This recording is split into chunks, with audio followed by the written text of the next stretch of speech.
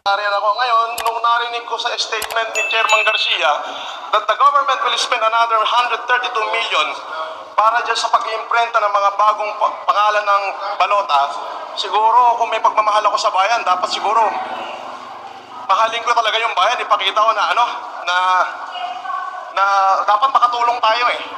So, the money of the people will be spent for nothing. So kung ako lang yung magiging hadlang para gumastos na naman ng panibagong 100 milyon ng gobyerno, mas mamatamisin ko na lang, marami pa namang eleksyon eh. So, Chairman, formal kong ibinibigay sa iyo yung withdrawal of candidacy ko. Dapat kung balak ka talaga mag-withdraw, dapat mas maaga pa.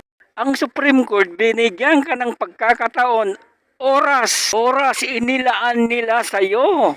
Tapos sa bandang huli, mag-withdraw ka pala. Comelec, idineklara ka nuisance candidate. Tumakbo ka sa Supreme Court at nanalo ka. Tapos sa bandang huli, mag-withdraw ka. Sinayang mo ang oras ng ating mga justices. This is it.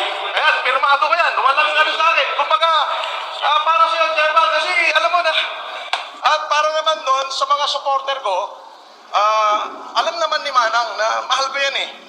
In the case of Francis Leo Marcos versus Comelec, the Supreme Court on January 21, 2025 issued a TRO preventing the Comelec from declaring Francis Leo Marcos a nuisance candidate in the 2025 elections.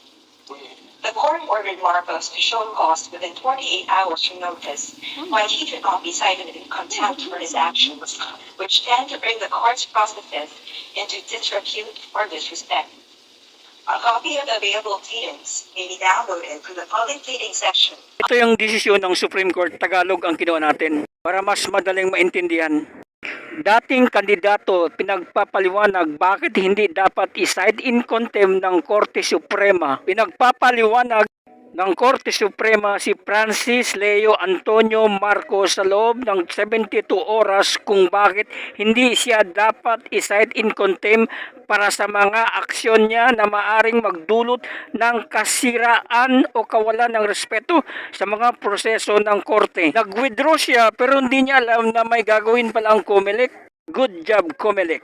Sa kasong GR number 277280, Francis Leo Antonio Marcos B. Commission on Election, pinagpapaliwanag ng Korte Suprema si Francis Leo Antonio Marcos sa loob ng 72 oras kung bakit hindi siya dapat i-cite in contempt para sa mga aksyon niya na maaring magdulot ng kasiraan o kawalan ng respeto sa mga proseso ng korte. Naglabas ng korte noong Enero 21, 2025 ng temporary restraining order na pumipigil sa Commission on Elections sa pagdeklara kay Marcos na tumakbo para sa senador sa 2025 election bilang isang nuisance candidate.